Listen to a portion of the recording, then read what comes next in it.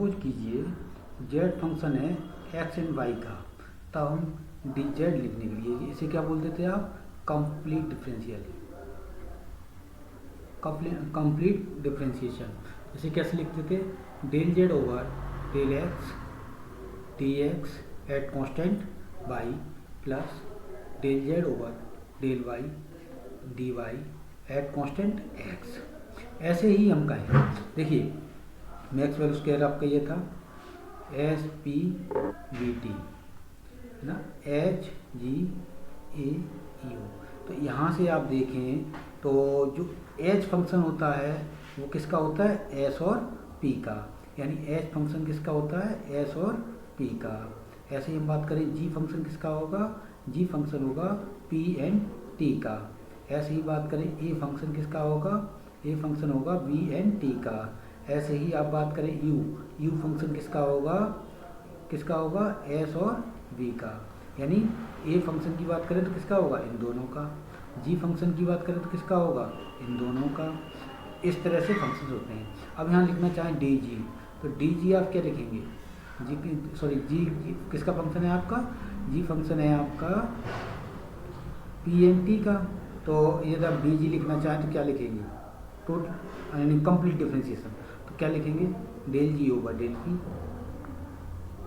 D P at constant T plus del G over del T D T at constant P. यानी हम यहाँ अब आप जानते हैं क्या, डी जी किसके बराबर होता था आपका, डी जी होता था आपका, आपने निकाला था कल B D P minus S D T. यानी अब इन दोनों इक्वेशंस को आप कंपैरिजन कर लीजिए। कंपैरिजन करें तो क्या करेंगे, del G over del P, यानी ये देखें जरा, तो ये देखो ये तो इसकी मल्टीप्लाई में है ना, तो ये जो वैल्यू है, ये वाली वैल्यू आपकी किसके बराबर होगी, बी के, यानी कांस्टेंट टी किसके बराबर होगा, बी के। यानी ये क्या है आपके थर्मोडायनेमिक पोटेंशियल्स की value in term of thermodynamic variables. यानी जो थर्मोडायनेमिक आपके पोटेंशियल थे एच जी ए यू, उनकी जो वैल्यू किसके टर्म में, थर्मोडायनेमिक वेरिएबल्स के टर्म में। ये आपके वेरिएबल्स थे और ये आपके पोटेंशियल थे। ऐसे ही मैं बात करूं डेल जी अपॉन डेल टी पी किसके बराबर होगा, माइनस एस। यानी ये जो वैल्यू है आपकी किसके बराबर होगी, माइनस एस। तो यहाँ से आप थर्मोडायनेमिक जो पोटेंशियल्स हैं उनकी वैल्यू किसके टर्म में निकाल सकते हैं, थर्मोडायनेमिक वेरिएबल्स के टर्म में निकाल सकते हैं। ऐसे ही आप नेक्स्ट करें, नेक्स्ट में देखें,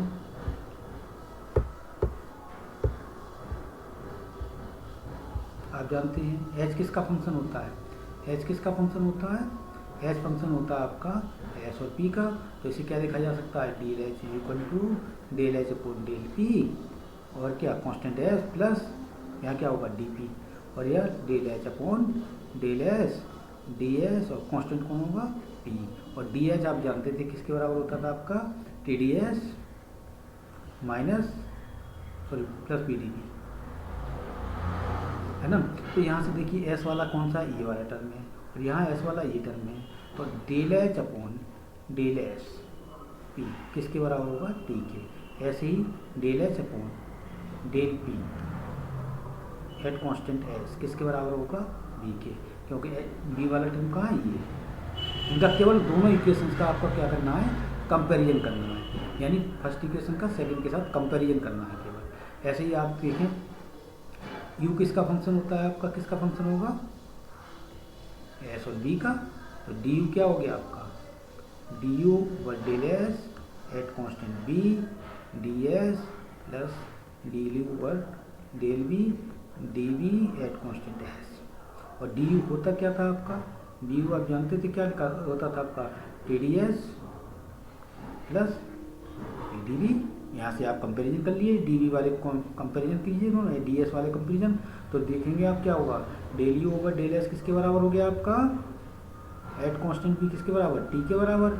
ऐसे ही del U over del B at constant S किसके बराबर हो गया, पी के बराबर। ऐसे ही आप देखिए ए किसका फंक्शन होता था, बोलिए ये किसका फंक्शन था आपका, ये फंक्शन था बी एन टी का। तो क्या लिखेंगे, D A complete differentiation del A over del V D V at T plus del A over del T D T at constant B. और डी ए आप जानते हैं किसके बराबर होता है, मैक्सवेल कैसे आप किसके बराबर लिखते थे, minus P D V minus H D T.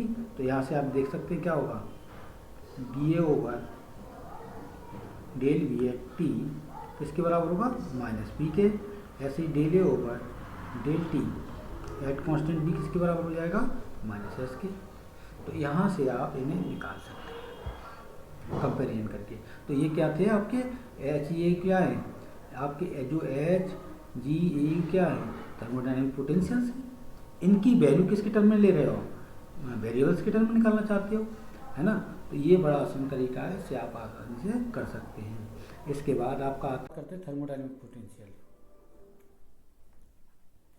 Thermodynamic potential क्या होते हैं। अब बात करते हैं थर्मोडायनामिक कोफिशिएंट क्या होते हैं। थर्मोडायनामिक कोफिशिएंट क्या होते हैं, क्या बताते हैं।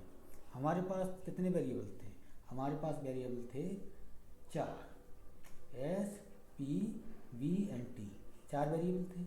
यानी एक वेरिएबल में चेंज करूँ मैं, जैसे टेम्परेचर में चेंज करूँ तो वॉल्यूम में कितना चेंज आएगा।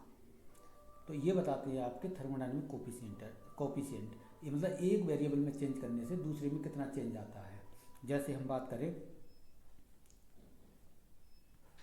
पहले अल्फ़ा है ना, इसे बोलते हैं आप आइसोबारिक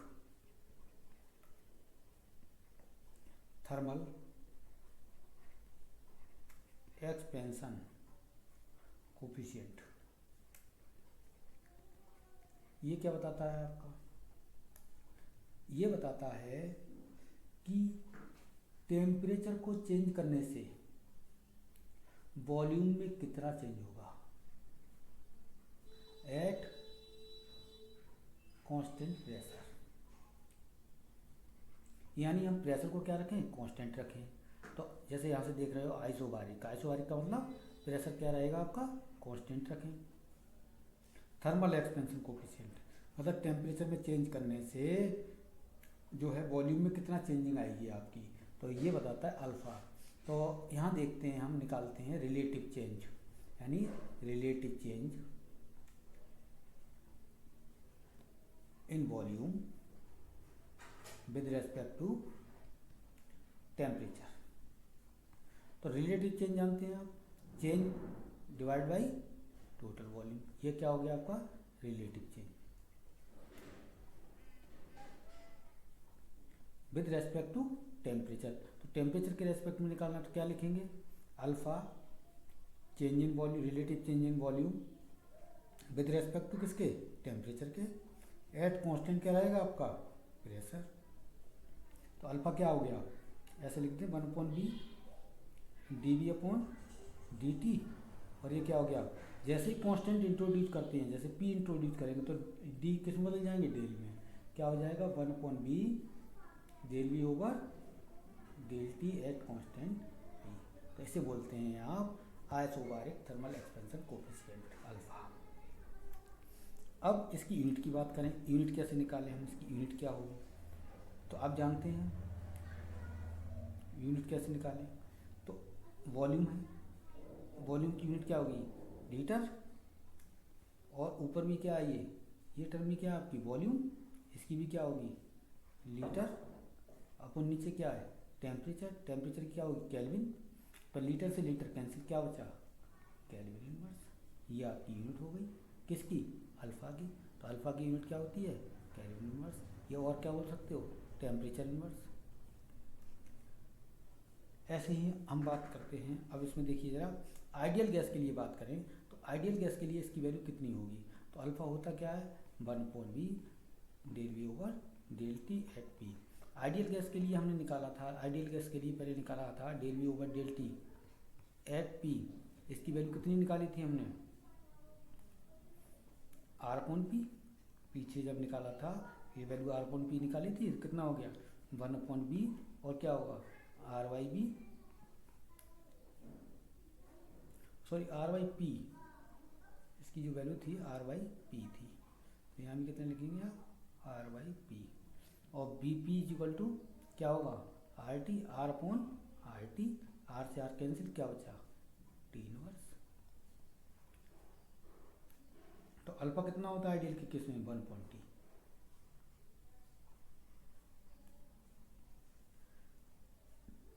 चलिए अब बीटा की बात करते हैं। बीटा बीटा क्या होता है आपका, ये बताता है आपका रिलेटिव चेंज, नहीं रिलेटिव, इसका नाम होता है आइसोथर्मल कंप्रेसिबिलिटी।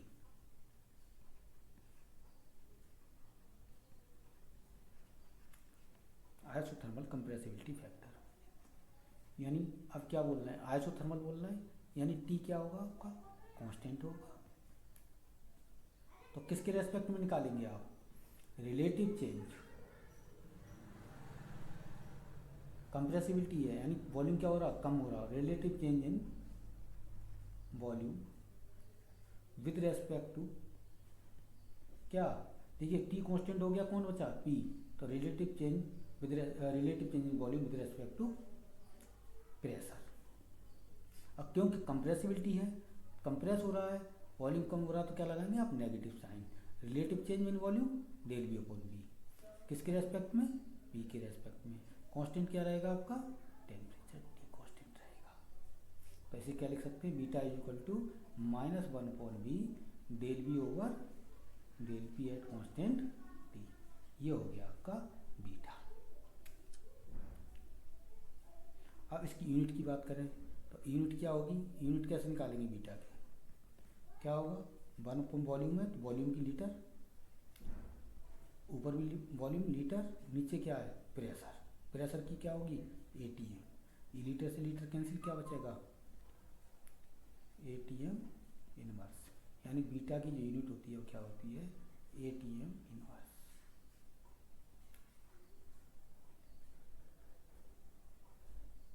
ऐसे ही हमारा, अब बीटा की वैल्यू निकालना चाहते हैं for ideal gas, ideal gas के लिए बीटा की वैल्यू कितनी होगी, तो बीटा के लिए टर्म में रखिए, beta is equal to -1 upon B del B over del P at constant T, और ये वैल्यू कितनी होती थी आपकी, ये वैल्यू आइडियल के लिए कितनी, del B over del B कितनी होती थी, -RT अपॉन क्या होता था, बी स्क्वायर, ये होता था -RT upon sorry B P square, RT upon P square होता था। तो यहाँ क्या लिखेंगे आप, माइनस माइनस ऊपर प्लस हो गया, ऊपर क्या बचा RT, नीचे क्या बचा बी पी इंटू पी लिखते हैं, और इसे क्या लिखते हैं RT, तो RT upon RT into P, cancel, क्या बचेगा 1 अपॉन पी। तो बीटा की जो आइडियल की वैल्यू होती है क्या होती है, 1 अपॉन पी। तो ये चीज़ें आपसे पूछी जा सकती हैं, अल्फा की वैल्यू आइडियल में कितनी होगी, बीटा की वैल्यू कितनी होगी। ऐसे ही एक और आता है आपका गामा। गामा क्या होता है आपका, गामा होता है isochoric, isochoric temperature based pressure change coefficient.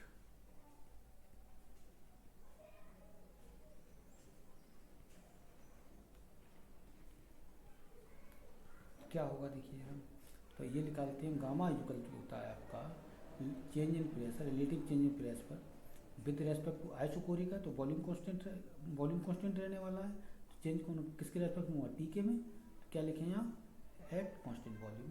तो गामा आपका लिखा जा सकता है 1 upon P del P upon del T at constant D, ये आपका रहेगा गामा। अब गामा की यूनिट निकालनी है, तो यूनिट कैसे निकालें, यूनिट ऑफ गामा कैसे निकालेंगे, देखिए 1 अपॉन प्रेशर तो 1 अपॉन एटीएम, ये इसकी क्या होगी एटीएम, और नीचे क्या है टेम्परेचर, तो टेम्परेचर की यूनिट आप सेंटीग्रेड में लाएँ, केल्विन में चाहें तो किसी में लिख सकते हैं, किसी में क्या होगा ये टेम्परेचर इनवर्स और केल्विन इनवर्स, ये आपकी यूनिट होगी। तो यहाँ से आप आसानी से ये वैल्यू निकाल सकते हैं। एक चीज़ जो है इसमें अब गामा की वैल्यू आप निकालना चाहें आइडियल गैस के लिए कितनी होगी फॉर आइडियल गैस क्या होगा, गामा क्या होगा 1/p, और ये डेल पी आर वाई भी होता है। ये वैल्यू हमने निकाली थी del P upon del T at constant B, क्या होता था आर वाई बी। ये कितना हो गया R Y B, P B equal to क्या होता है आर टी, इसके अंदर क्या बचेगा 1/t। तो गामा की वैल्यू कितनी हो गई 1/t। तो यहाँ से ये वैल्यू कैलकुलेट की जा सकती है। इसमें जो एक मेन पॉइंट है वो पूछा जाता है क्रिटिकल पॉइंट। तो क्रिटिकल पॉइंट आप जानते होंगे क्या होता था, हमने फर्स्ट ईयर में पढ़ा था क्रिटिकल पॉइंट। कोई गैस है आपको लिक्विड करना चाहते थे तो क्या होता था, गैस को लिक्विफाई करने के लिए दो चीज़ लगाते थे, एक क्या करते थे कूलिंग और दूसरा क्या करते थे कंप्रेशन। पहले तो कूलिंग करते थे, पहले कूल करेंगे ठंडा करेंगे गैस को, फिर क्या करेंगे कंप्रेस कर देंगे। तो धीरे सपोज कीजिए टेम्परेचर बहुत लो था, आपने प्रेशर लगाया, गैस किस में कन्वर्ट हो गई लिक्विड में कन्वर्ट हो गई, है ना, लिक्विफिकेशन ऑफ गैसेस पढ़ा था हमने। अब टेम्परेचर थोड़ा सा बढ़ाया, अब आपको क्या होगा प्रेशर भी बढ़ाना पड़ेगा कूलिंग के लिए, लिक्विड में बदलने के लिए। फिर टेम्परेचर बढ़ाया आपने तो प्रेशर और बढ़ाना पड़ेगा। लेकिन एक टेम्परेचर ऐसा आएगा जिसके बाद आप चाहे जितना प्रेशर लगा लें गैस लिक्विड में कन्वर्ट नहीं होगी, यानी लिक्विड में कन्वर्ट नहीं होगी। तो इसे बोलते थे आप टीसी, क्रिटिकल टेम्परेचर टीसी, और इसके करस्पॉन्डिंग जो प्रेशर होता था पीसी, और इसके करस्पॉन्डिंग जो वॉल्यूम होता था उसे क्या बोलते थे बीसी। तो क्रिटिकल पॉइंट इस तरह का ग्राफ था, इस तरह के ग्राफ आए थे। एक पॉइंट आता था यहाँ, ये टेम्परेचर रहता था। इस टेम्परेचर के बाद जैसे ये टेम्परेचर बताते थे, डिफरेंट टेम्परेचर का ग्राफ होते थे।